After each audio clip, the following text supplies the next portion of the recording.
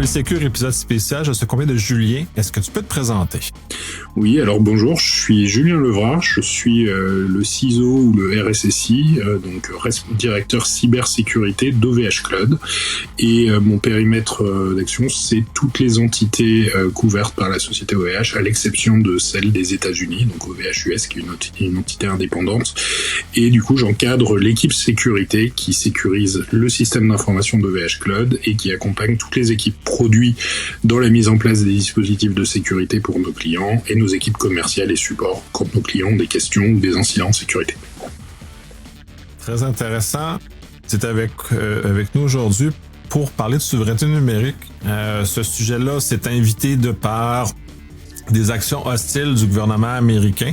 Donc, ça leur a ramené ça dans la conversation. Ça fait plusieurs années que je m'y intéresse, mais disons, la passion publique pour ce sujet-là n'était pas présente. Là, la passion publique, elle est là.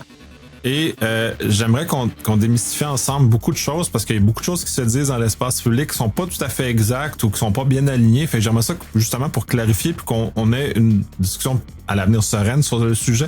Donc, je vais te laisser commencer à expliquer, qu'est-ce que le cloud, puis ensuite, qu'est-ce que la souveraineté numérique. Ce sont quand même deux piliers de la conversation qui sont très importants à maîtriser, parce que sans des définitions claires et comprises, on peut dire tout et n'importe quoi sans arriver nulle part. Alors effectivement, du coup, alors le cloud, le cloud, chacun peut avoir un petit peu sa définition, mais il y a tout un ensemble de briques communes qui du coup doivent assez bien définir la notion. Ça consiste à transférer, à fournir un service, donc on dit as a service à l'époque, c'est devenu un petit peu ringard maintenant, mais ça s'utilise toujours, de transférer les capacités de traitement informatique chez un fournisseur qui va mettre en place une certaine mutualisation et une spécialisation pour proposer des services de meilleure qualité, moins chers, plus standardisés, qui vont permettre d'avoir accès à des technologies qui étaient en général pas accessibles pour des entreprises normales. Il fallait être des très très grandes entreprises pour avoir accès à certaines technologies. Aujourd'hui, le cloud va permettre, avec cette mutualisation et cette spécialisation des acteurs, de proposer à tout le marché des technologies qui étaient pas accessibles par ailleurs. Nous historiquement chez OVH Cloud, on est issu de l'hébergement web, puis des serveurs, de l'hébergement de serveurs dédiés physiques. Du coup, c'était déjà du cloud à l'époque où on n'avait pas toutes les fonctions qui existent aujourd'hui. On mettait déjà à disposition ces briques d'hébergement, serveurs dédiés ou hébergement web, pour héberger certaines fonctions, en général celles qui étaient directement exposées aux internautes à l'époque. Maintenant, évidemment, l'écosystème et la technologie s'est énormément développé, et on a toutes les briques qui permettent d'opérer un système d'information, qui permettent de faire du stockage, aussi bien objets que de fichiers, des capacités de traitement, des capacités d'avoir des réseaux privés à l'intérieur des équipements des fournisseurs, la capacité d'avoir des bases de données managées, etc. Et du coup, la force du cloud, c'est d'offrir tout ce catalogue de services aux entreprises qui vont être capables de combiner, en allant piocher dans les différents catalogues et en interconnectant ces services entre eux, de composer tout un système d'information qui va répondre à leurs besoins d'application, de traitement métier. Et ce qui fait vraiment la différence entre le cloud et avant ce qu'on appelait l'outsourcing ou l'infogérance externalisée, pour utiliser les termes français, c'est que maintenant on est sur des technologies standards qu'on va commander et qui sont déjà prêtes, elles sont pas montées sur demande et sur mesure, et il y a tout un ensemble de briques qu'on appelle des enablers ou de la glue qui vont permettre de consommer ces services-là de manière relativement unifiée dans une expérience qui est agréable et facile pour l'utilisateur. Oui, puis tu me rappelles, parce que as a service était un vocable qui est apparu, mais avant ça, c'était software defined quelque chose. On avait vraiment tout cet environnement-là. Fait qu'on les vocables ont changé avec le temps. Donc, c'est de cet environnement, le software defined, donc que tout est défini par le logiciel, que le cloud actuel est né, qui a changé justement, comme tu dis, de l'infogérance classique où on est un répartiteur, comme on dit au Québec, à venir à un système où on est plus autonome comme client de ces infrastructures-là. On est capable de gérer davantage que de sous-traiter l'ensemble du travail. Ça me rappelle les souvenirs de Software Defined là, par ailleurs. Là, ça m'a comme rappelé. Et de là, la suite, c'est la souveraineté numérique qui s'est invitée dans les conversations et donc beaucoup d'experts de fauteuils qui sont apparus. Fait que c'est pour ça aussi qu'on en parle là. Donc, est-ce que tu peux nous donner une bonne définition? Parce que vous avez quand même des racines qui, comme tu m'expliquais en off, qui sont pas nées de la souveraineté numérique, mais qui, incidemment, ont maintenant des conséquences importantes sur votre capacité d'offrir une offre souveraine. Alors ouais, effectivement, en fait, en fait, c'est directement lié à la nature du cloud. À partir du moment où on confie des données et des traitements à un tiers, bah effectivement, on prend la décision de dépendre de ce tiers-là. Enfin, c'est le choix de quand on externalise quelque chose, on se crée une dépendance à un fournisseur pour des bonnes raisons. Mais du coup, on se crée cette dépendance. Et il y a depuis quelques années, il y a effectivement des inquiétudes juridiques, légales, opérationnelles, qui commencent à se structurer à partir du moment où les gens développent cette dépendance à un certain nombre d'acteurs, de se dire qu'est-ce qui se passerait si l'acteur augmentait ses prix, si l'acteur changeait ses conditions contractuelles, si l'acteur décidait de donner accès à mes données à un tiers, etc. Et du coup, ces questions, elles ont commencé à mûrir dans la tête du marché, dans la tête des clients, et petit à petit, il y a une inquiétude liée à la maîtrise et au contrôle sur toutes ces briques technologiques qu'on a décidé d'externaliser chez des sous-traitants, donc chez des fournisseurs de cloud. Nous, chez OVH Cloud, on faisait de la souveraineté avant que le terme soit à la mode, avant même qu'il existe. Alors le mot existait, mais il s'appliquait pas vraiment au cloud. On a toujours eu comme approche industrielle d'avoir une très forte maîtrise pour nous, c'est-à-dire être en contrôle très fort sur les technologies qu'on opère. D'ailleurs, on fabrique nos serveurs, on opère nos data centers dans des data centers qui nous appartiennent. Comme je disais, on fabrique nos serveurs, on commande des composants, on les assemble dans des usines à nous. Donc on en a une en France et une au Canada. Du coup, pour fabriquer les serveurs, les préparer, les racker, brancher le réseau, et ensuite on livre ces serveurs-là dans les data centers du groupe, où on les branche juste sur l'électricité et le réseau, et ça y est, on a nos serveurs qui fonctionnent. Du coup, on a cette exigence de maîtrise extrêmement forte. Au début, on l'a fait pour des raisons économiques, pour des raisons opérationnelles, pour avoir une capacité à vraiment maîtriser le contenu des serveurs qu'on utilisait, d'optimiser les coûts, etc. Mais on s'est rendu compte que cette maîtrise de bout en bout, cette intégration verticale de la chaîne de valeur, elle nous donnait aussi la possibilité de gérer certains risques liés à nos dépendances. On avait la possibilité de réingénierer les serveurs qu'on fabriquait si jamais on avait un problème avec le fournisseur d'un type de puce, d'un type de processeur, d'un type de GPU. On avait cette souplesse et cette agilité qui nous permettait de construire des serveurs alternatifs, des configurations alternatives qui permettaient de faire à peu près la même chose, mais autrement que de la manière dont on l'avait conçu initialement, ce qui nous donnait une certaine résilience face à des risques de notre supply chain. Donc c'était vraiment un objectif stratégique pour nous d'intégrer la chaîne de valeur pour justement avoir cette agilité et cette résilience face à une chaîne d'approvisionnement qui peut être compliquée. Il y a quelques années, c'est devenu un sujet d'inquiétude pour le marché. Ça a commencé à devenir un sujet d'inquiétude pour le marché. Et en fait, on s'est rendu compte, et du coup on l'a cultivé par la suite, que cette agilité, cette capacité à maîtriser nos risques en termes de supply chain, de dépendance, de maîtrise de nos technologies, on était capable d'en faire bénéficier à nos clients et de leur apporter ces caractéristiques-là et de mettre en valeur, mettre en lumière notre agilité et notre résilience et l'injecter dans la valeur qu'on propose à nos clients pour leur permettre de choisir où est-ce qu'ils sont hébergés, de comprendre quelle technologie ils utilisent, d'avoir tous les mécanismes qui permettent de rentrer et de sortir facilement sans avoir des contraintes, et du coup apporter à nos clients un maximum de caractéristiques et de leviers pour que eux aussi puissent piloter leur dépendance vis-à-vis d'OVH Cloud et vis-à-vis du cloud en général. Et il s'avère que pendant quelques années, ça a été un sujet auquel étaient sensibles un certain nombre d'acteurs, notamment les administrations publiques, qui avaient besoin d'avoir ce contrôle et ce contrôle dans la durée parce qu'ils traitent des données des citoyens et du coup ils ont cette responsabilité vis-à-vis des citoyens. Un certain nombre de sociétés privées qui avaient des besoins en termes de confidentialité, de concurrence vis-à-vis d'autres acteurs et qui avaient besoin justement de cette autonomie stratégique et cette capacité à piloter vraiment leur dépendance aux technologies cloud en utilisant nos services.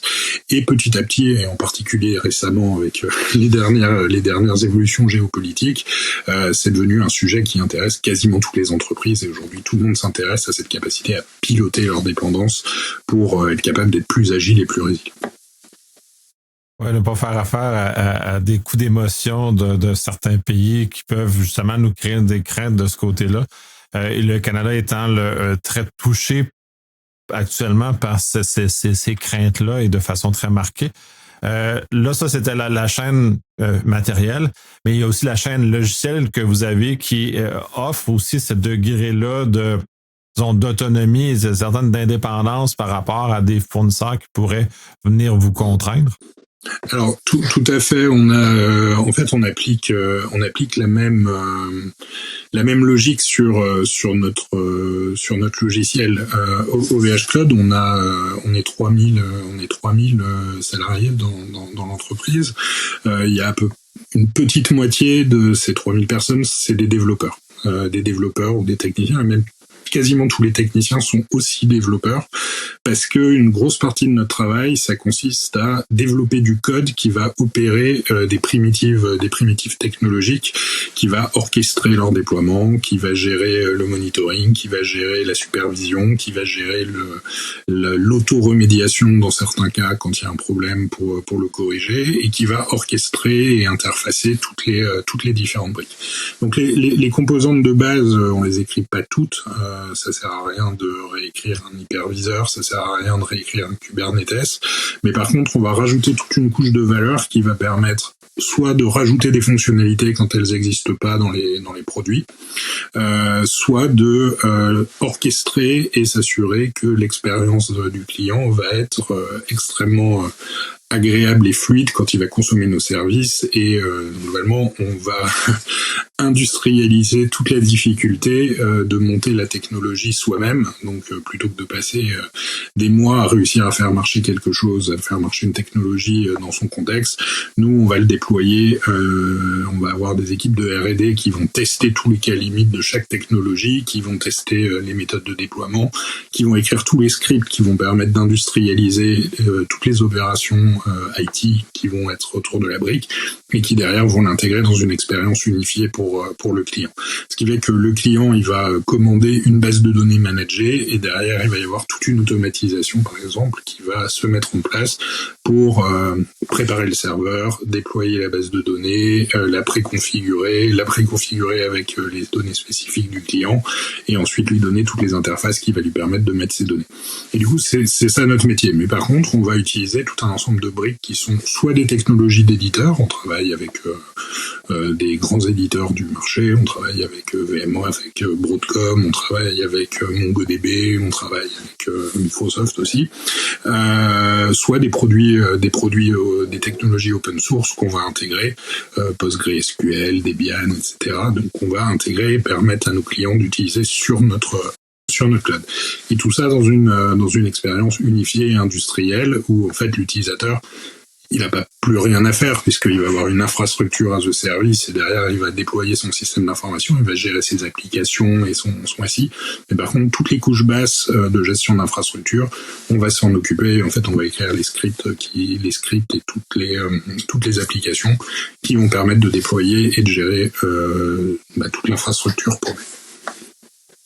Et tu mentionnais aussi que vous contribuez, et mentionnais, comme tu dis, beaucoup de code. Ce code-là est aussi contribué parce qu'il y a beaucoup de code open source qui est utilisé. Donc, vous faites partie de cet écosystème-là où vous retournez à la communauté une partie de ce que vous faites. Alors, on utilise évidemment du code open source. On est actif dans un certain nombre de projets et de communautés où on va soumettre des patchs, soumettre des évolutions. Et on a également des projets open source qu'on va porter. Si vous allez sur le GitHub d'OVH Cloud, vous allez voir tout un ensemble de projets open source sur lesquels on contribue à la communauté. Et c'est quelque chose sur lequel on est en train de travailler pour contribuer encore plus à des projets et financer des projets open source. C'est un sujet sur lequel on est très actif en ce moment pour pas être juste consommateur-contributeur d'open source, mais vraiment beaucoup plus intégré formellement dans les environnements et les écosystèmes open source. Très intéressant, puis de mon point de vue, très, très pertinent de contribuer parce que je pense que c'est une partie de l'avenir, notamment la souveraineté numérique, fait partie de l'open source, fait partie de cet univers-là et cette contribution collective qu'on en fait parce que c'est quand même un bien commun dans lequel on travaille.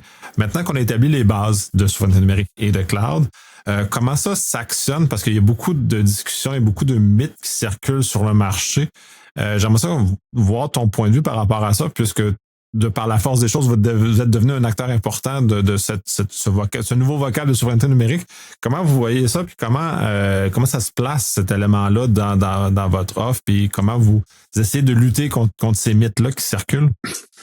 Alors, effectivement, c'est sur la souveraineté, il y a toujours eu beaucoup de marketing et de marketing de la peur. Probablement, on en a fait aussi un petit peu. On n'est pas forcément complètement innocent, mais les autres en ont fait plus que nous. Mais effectivement, on a une tendance du marché de soit faire très très peur, soit de proposer des solutions qui sont parfaites et qui règlent complètement le problème. Et du coup, il y a une approche extrêmement manichéenne on n'est pas souverain et on est complètement souverain. La réalité, elle est beaucoup, comme souvent, elle est beaucoup plus nuancée. Et en fait, la souveraineté, c'est plus, faut plutôt voir ça comme une démarche de gestion d'un certain nombre de caractéristiques des services qu'on rend, qui permettent de savoir comment on adresse les risques auxquels on fait face et quelles sont les actions qu'il faut mettre en œuvre quand le contexte change. Globalement, nous on a l'habitude, mais c'est quelque chose qu'on retrouve beaucoup dans le discours un peu de nos concurrents, mais surtout des analystes et des experts sur le sujet. C'est la souveraineté. Globalement, il y a un aspect technologique. Est-ce qu'on émet des technologies qu'on utilise? Il y a un aspect opérationnel. Comment le service est réalisé? Où sont localisés les gens qui vont opérer le service? De qui ils dépendent? À qui ils rendent des comptes? Quels sont les contextes légaux et juridiques auxquels ils sont soumis? Il y a la localisation précise des données à proprement parler. Où est-ce qu'elles sont physiquement? Où est-ce qu'on a mis les serveurs? Est-ce qu'on sait où c'est? Est-ce qu'on sait par où passent les datas quand elles sont transférées d'un service au backup, etc. Et enfin, il y a le cadre légal du contrat de service qui est opéré, qui doit être le plus clair possible pour expliquer aux clients à quel risque ils font face d'un point de vue légal. Et du coup, ça c'est les quatre grands thèmes sur lesquels on peut travailler. Après, évidemment, ça se décline dans tout un tas de mesures qui peuvent être contractuelles, technologiques, organisationnelles, etc., qui vont permettre de donner une vision vraiment transparente sur les moyens qu'on met en œuvre et les risques auxquels on peut faire face. Quand on dit la souveraineté c'est pas un risque, c'est une famille de risques qui veut dire plusieurs choses. Typiquement, me protéger si par exemple je fais de la vente en ligne, je suis un acteur de la vente en ligne, héberger mes données chez un opérateur mondial qui est le leader mondial de la vente en ligne, est-ce que c'est de la souveraineté? Est-ce que c'est de la protection anticoncurrentielle? La question peut se poser de donner mes données d'un business à mon principal concurrent, même si on fait pas à la même échelle, j'ai un problème de maîtrise de mes risques. Se protéger contre les interceptions judiciaires, contre les interceptions de renseignements, se protéger contre les pirates informatiques, etc. Tout ça, c'est des sujets qui sont très proches de la souveraineté, mais il n'y a pas une définition complète de la notion. Du coup, ça veut dire qu'un client d'un cloud provider ou d'un service de cloud, il doit réfléchir à quels sont ses enjeux pour lui, en termes concurrentiels, en termes légaux, qui est intéressé par avoir ces données, quels sont les risques auxquels il fait face, et derrière, il doit choisir le ou les opérateurs de cloud qui vont lui apporter des garanties et une capacité à changer si jamais le contexte évolue. Là, typiquement, on est dans un contexte qui évolue très vite. Si vous avez l'intégralité du système d'information d'une multinationale qui est chez un opérateur, quand bien même vous décideriez de tout sortir, c'est un projet qui prendra 10 ans. Du coup, vous avez zéro agilité. Vous avez des équipes qui sont formées pour cet opérateur de cloud en particulier. Ils ne savent penser que avec cet opérateur de cloud. Quand ils conçoivent un système, ils réfléchissent avec toutes les briques fournies par cet opérateur de cloud. Si vous voulez changer, vous devez d'abord changer les gens qui vont réfléchir. Du coup, vous avez zéro agilité. C'est les gens et les opérateurs sont clairement alignés dans une technologie. Puis pour l'avoir vu, parce que j'ai touché à toutes les technologies, incluant la vôtre, c'est très différent. La logique n'est pas la même. Il faut s'adapter à chacune des logiques. Puis c'est très difficile. Puis ça prend énormément de temps d'avoir une maîtrise complète. Donc, effectivement, il faudrait changer toutes les équipes au complet juste pour changer de fournisseur cloud ou un énorme plan de formation pour les amener ailleurs. Là, c'est un projet en soi. Puis c'est ce que les gens n'ont jamais compris. Quand ils s'affilient à un fournisseur, ben, ils s'affilient aussi avec l'ensemble de son écosystème qui, lui, est spécifique. Et chacun a malheureusement ou heureusement, on veut le voir, ses particularités qui se transposent pas chez un autre. Puis juste pour moi, la plus grande chose, c'est l'identité ne se transpose pas d'un à l'autre. Et c'est l'un des éléments les plus sensibles. Puis ça, là, j'ai jamais... Bref, c'est mon grief contre mettons les trois grands. Mais du coup, bah effectivement, on parle beaucoup des egress fees, etc. Mais en fait, la situation elle est beaucoup plus compliquée que ça. Après, ce qu'il faut avoir en tête, parce que là on dresse un bilan pour ce type d'entreprise qui est un peu inquiétant. Enfin, si on leur dit ah bah non là vous êtes bloqué, vous pouvez pas sortir et c'est fini pour toute la vie. La situation elle est pas si noire que ça. C'est-à-dire que aujourd'hui les technologies, il y a un biais dans l'innovation, il y a un loophole dans l'innovation dans le cloud, c'est qu'une technologie, pour qu'elle devienne une technologie de masse et qu'elle soit un succès au niveau mondial, une des obligations, c'est de l'ouvrir. C'est-à-dire, pour qu'une techno fonctionne, une techno ait un succès commercial, il faut qu'il y ait des projets open source qui soient capables de l'utiliser. Il faut qu'il y ait des alternatives open source. Il faut que les différentes distributions Linux, les différentes technologies puissent parler. Du coup, il faut que les spécifications soient ouvertes. Et du coup, pour qu'une technologie marche, il faut que ça soit facile de la copier. C'est globalement. Du coup, ça veut dire que quand bien même pour un acteur qui inventerait une technologie, et il y a des super technologies inventées par des acteurs, par des hyperscalers, S3 c'est fantastique, Kubernetes c'est fantastique. Enfin, nous on propose du S3 et du Kubernetes parce qu'on est convaincu de l'intérêt de ces technologies-là. Mais pour que ça marche, pour qu'ils réussissent à obtenir ce succès, ils ont besoin de l'ouvrir et du coup de fait d'écrouler les barrières à l'entrée.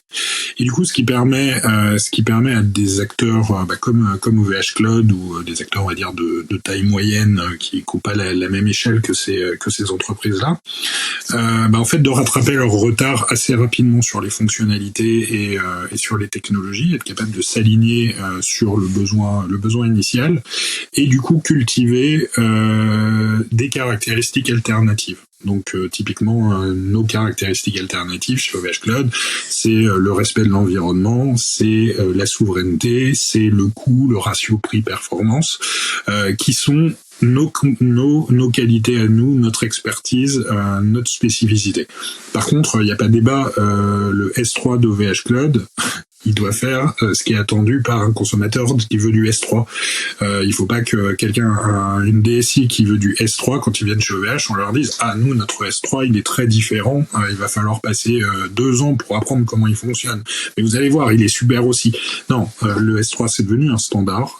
Il n'y a pas de débat. Du coup, nous, on doit s'aligner sur ce standard. On doit faciliter la vie de nos clients pour qu'ils puissent consommer ces services. On doit garantir un niveau de sécurité au top. On doit garantir tout un ensemble de choses qui sont dues aux clients. La sécurité, il n'y a pas de débat. On va pas faire on va pas faire de compromis sur un certain nombre de caractéristiques, les features, la sécurité, etc. Mais par contre, on va cultiver des différenciants qui vont permettre à des sociétés, à nos clients, de trouver un service qui correspond plus à leurs attentes, à leurs besoins, aux engagements qu'ils prennent vis-à-vis de leurs clients ou leurs problématiques, notamment de souveraineté.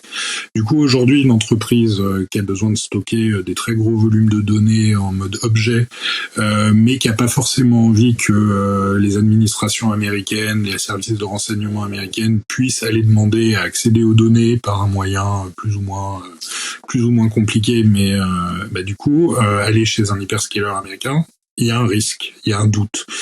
Si on veut des garanties, si on veut des certitudes, il faut choisir des opérateurs, des acteurs qui apportent des garanties pour montrer que ce doute n'a pas vraiment lieu chez eux et qu'il est sous contrôle. Et du coup, c'est ce que nous, évidemment, on propose. Ouais, puis je trouvais intéressant parce que ça met la notion de doute. Puis dans tout, puis c'est un peu dans l'espace public, cet élément-là est peut-être mal calibré. Parce que la réalité, c'est pas sûr que, bon, là, on parle de certains mécanismes légaux américains. Ceux-ci, c'est pas convaincant, ils ne sont pas toujours d'utilisation de façon convaincante, mais dans la mesure où le doute existe, et c'est là où la sécurité se place, c'est d'enlever le doute et donc aussi tout l'élément contractuel. Les avocats détestent le doute, notamment. Fait quand on signe des contrats, c'est des choses qui vont être énormément énervées de voir des zones d'ombre où le doute peut exister. Donc, c'est à cet espace-là, puis cette clarté-là, cette transparence-là, qui aussi est un élément important de comment exprimer la souveraineté qui est numérique dans l'occurrence. Il y a des questions. Quand on parle de doute, le doute, on est capable de le quantifier un petit peu, même si le mot comme ça en tant que tel le permet pas. Mais il y a des questions qu'il faut se poser. C'est est-ce que l'acteur à qui je transmets mes données, est-ce qu'il a la possibilité technique d'accéder aux données? C'est assez facile de répondre à cette question. Est-ce qu'il a une capacité technique, le savoir-faire pour industrialiser, automatiser la copie, la récolte, la sélection de données dans les données que moi je lui donner. On connaît les capacités technologiques des hyperscalers. Je pense que la réponse est assez vite. Après, on peut se poser la question, c'est est-ce qu'il y a des services de renseignement qui sont puissants, qui ont des capacités? Je pense qu'aux États-Unis, la réponse, elle est assez vite trouvée. Est-ce qu'il y a une porosité entre le renseignement et les milieux économiques, entre l'intelligence économique et le renseignement? Là, je laisse les experts locaux répondre, mais j'ai ma petite idée. Du coup, est-ce qu'il y a un contexte international qui fait que certaines entités américaines pourraient avoir intérêt à accéder à ces données, etc. Il y a quand même des questions à se poser et la réponse sera pas stable dans le temps. C'est-à-dire, il y a des questions où on va se dire, non, en ce moment, le contexte fait que c'est peu probable, etc. Mais il y a des moments où le contexte fait que, en fait, tous les signaux sont clignotants et on a besoin d'avoir cette agilité. Donc, du coup, nous, évidemment, on n'a pas un discours de dire il faut absolument fuir les hyperscalers. Je l'ai dit tout à l'heure, ils ont des offres de très bonne qualité, ils répondent à énormément de cas d'usage, mais il faut apprendre à varier ses risques, à pas mettre tous ses œufs dans le même panier, et surtout à travailler son agilité et sa capacité à rester maître de ses choix. Et ça, c'est vraiment hyper important. Et après, nous, on est assez lucide sur nos technologies de public cloud. Comme je disais tout à l'heure, on cherche pas à inventer un nouveau public cloud différent. On cherche à avoir un public cloud qui répond aux attentes des clients, qui est facile à utiliser et qui répond à leurs besoins et à leurs attentes d'un point de vue métier, en cultivant les différences dont je parlais tout à l'heure, l'environnement, la souveraineté, etc. Oui, puis c'est intéressant parce que puis là, l'espace où le débat a changé, puis tu en as fait un peu allusion, c'est qu'autant on pouvait à une certaine époque dire que okay, la Chine, on avait une certaine certitude que le gouvernement chinois était capable, et même des outils légaux qui sont très clairs, ils n'ont aucun doute là-dessus, qui leur permet d'accéder au contenu de ce qu'il a. Donc, de lors, c'est le point de vue souveraineté, c'est d'ici, on ne va pas mettre des données en Chine qui ont un potentiel d'intéresser le gouvernement chinois parce que le gouvernement chinois a les mécanismes légaux pour aller voir le contenu. Ça, c'était facile. On avait une cible très définie à l'époque. C'était facile. Maintenant, on se retrouve avec un pays qui prétendait être avec nous et qui a changé de jour au lendemain dans un ne plus être. Donc, c'est toute cette préoccupation-là et ce réveil qui, à mon sens, est brutal pour certains. On avait un partenaire qu'on peut considérer de confiance, puis c'est d'autant plus vrai pour les Canadiens que pour les Européens. Dû la proximité qu'on a et là, la frontière non protégée et la longue histoire qu'on a avec les Américains, et du jour au lendemain, il y a une bascule qui, à certains égards, le gouvernement américain commence de plus en plus à ressembler au gouvernement chinois au niveau de tout ce qui est technologie et toute l'information qui circule dans leur infrastructure. Donc, c'est là où ces notions-là, puis c'est cette continuité dans le temps aussi l'a conserver et la transparence qui est nécessaire avec ça. Là. C'est ça. Bah du coup voilà, nous on n'est pas on n'a pas de message contre les États-Unis ou quoi que ce soit. On est dans une logique de se dire nous on propose de la transparence, de la lisibilité, de la clarté à nos clients pour qu'ils aient toutes les cartes en main et qu'ils comprennent exactement quels sont les risques auxquels ils s'exposent. Et en particulier au Canada puisque donc nous on a une présence mondiale, on a 43 data centres sur tous les continents, enfin Amérique, Europe et Asie principalement. Après on a des plus petits data centres en APAC et en Nord-Afrique, mais globalement on a un acteur avec une présence mondiale. On a des gros data centres au Canada. On a cette volonté de tester notre modèle de souveraineté en France, là où la société a été créée, là où on a historiquement nos fondateurs, etc. Mais très rapidement, en fait, on duplique le modèle au Canada parce que on sent que culturellement on a un certain nombre de points communs et du coup des produits et des produits et des approches marché qui marchent en France. Le marché canadien y est très réceptif et c'est d'autant plus en ce moment où on a ce contexte géopolitique, mais c'était déjà le cas avant. Le discours et les explications qu'on donne au marché canadien ont toujours eu un écho assez similaire à celui qu'on avait en France. Du coup, effectivement, en France, on fait nos POC, on fait nos MVP, on lance les premiers démarches, et ensuite une fois qu'on a rodé les produits et les offres sur le marché européen, on le déploie au Canada pour proposer les mêmes caractéristiques. Et ça, on l'a fait sur quasiment tous les produits depuis qu'on a un gros data center à bord. Oui, absolument. Puis c'est d'autant plus intéressant. C'est pour ça que ça fait plusieurs années que je suis en discussion avec OVH à Montréal, techniquement, mais à Beauharnois dans les faits. Justement parce que c'est très intéressant, puis c'est des aspects qui me passionnent depuis des années, justement, ces éléments-là, puis d'avoir des définitions.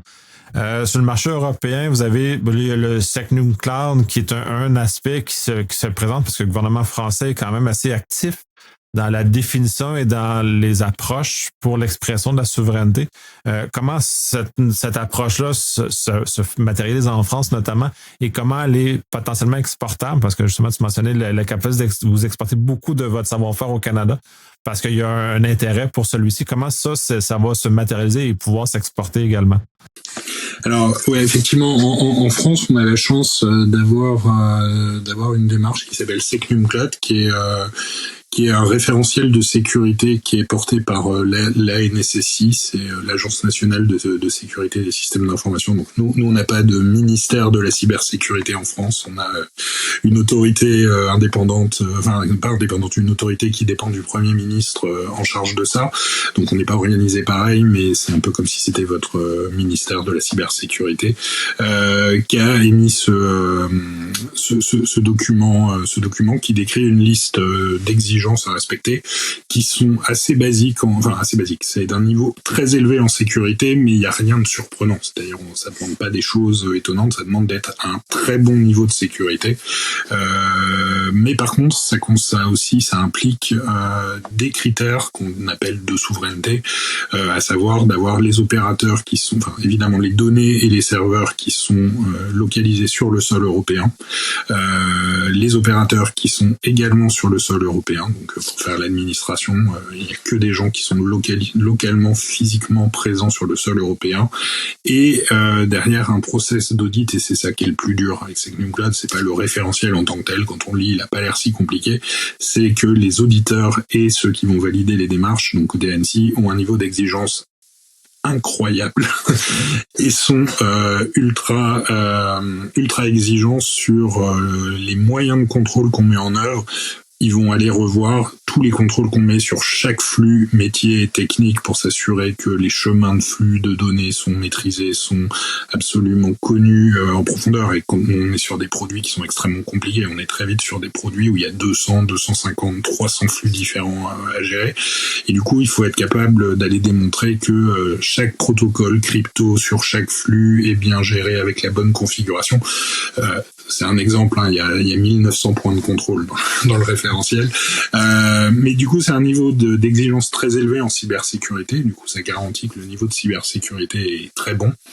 Et ça enforce et ça vérifie qu'il y a un certain nombre de mesures qui permettent de garantir que le service est immunisé contre des accès d'États étrangers. Que du coup, on a une structure qui est à la fois juridique, organisationnelle et technique qui permet de garantir qu'un juge d'un pays tiers ne peut pas accéder des données sans passer par les procédures de collaboration internationale et de passer par un juge français, par exemple. Ou que des services de renseignement d'un État étranger ne peuvent pas nous solliciter en direct ou nous menacer ou pour obtenir les données. Donc c'est construit comme ça.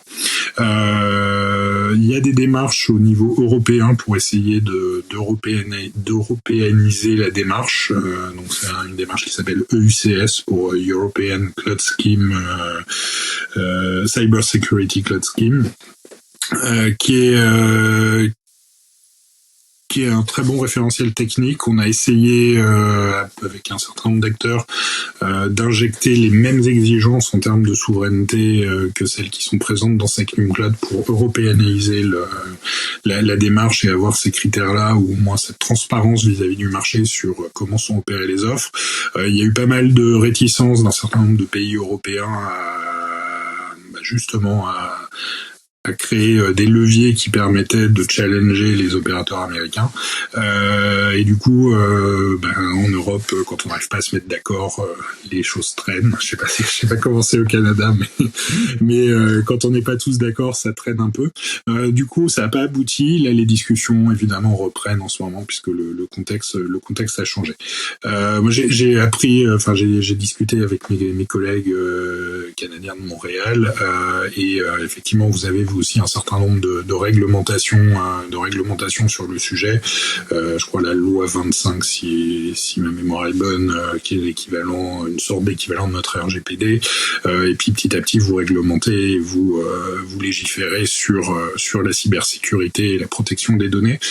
Du coup, on voit que les trajectoires sont assez similaires, et du coup, on a vocation à aller proposer au marché canadien les mêmes offres et les mêmes caractéristiques qu'on adaptera évidemment parce que c'est un marché spécifique avec des besoins spécifiques et une histoire particulière, notamment en termes de public cloud, puisque vous êtes très très utilisateur des offres américaines. Du coup, vous n'avez pas forcément la même historique que les clients français, mais en tout cas, on est dans cette logique de capitaliser sur nos data centers locaux, nos équipes locaux et notre usine de fabrication de serveurs qu'on a au Canada aussi localement pour aller proposer dans les mois et les années à venir tous les produits qui vont permettre d'avoir exactement les mêmes caractéristiques que celles qu'on offre à nos clients français. C'est très intéressant, puis j'aime bien l'aspect j'espère que cette fois-ci copier un modèle français qui fonctionne, parce que le Québec ne copie pas toujours les bons éléments français. Des fois, on a cette tendance-là à copier les choses qui sont un peu moins positives, mais celle-là, le Second Club, si on peut justement ramener ce genre de réflexion-là ici, ça va être super intéressant parce qu'on va commencer à amener dans le débat public des éléments intéressants. Ça fait un survol très haut niveau des différents éléments. Parce que je veux pas qu'on étire pendant parce qu'on pourrait étirer longtemps. Puis il y a beaucoup de sous-domaines qu'on n'a pas foiré, notamment l'utilisation du chiffrement ou d'autres éléments comme ça, que je garderais pour un deuxième épisode, justement, pour qu'on puisse avoir l'espace pour foirer davantage puis débattre un peu plus de ces éléments-là qui font partie des mythes qu'on entend régulièrement. Je te remercie énormément de ton temps, de ta contribution. C'est super intéressant. Le off a été super intéressant. Puis là, je suis un peu triste de devoir couper là parce que faut que ça reste dans des temps raisonnables. Mais de pouvoir rediscuter dans un second volet serait très, très pertinent justement pour amener des nuances peut-être plus intéressantes. Avec plaisir et merci pour les discussions. C'était très sympa de pouvoir exprimer et expliquer ce qu'on fait parce qu'on en est assez fiers et c'est avec plaisir que je viendrai creuser certains sujets plus dans le détail dans quelques semaines.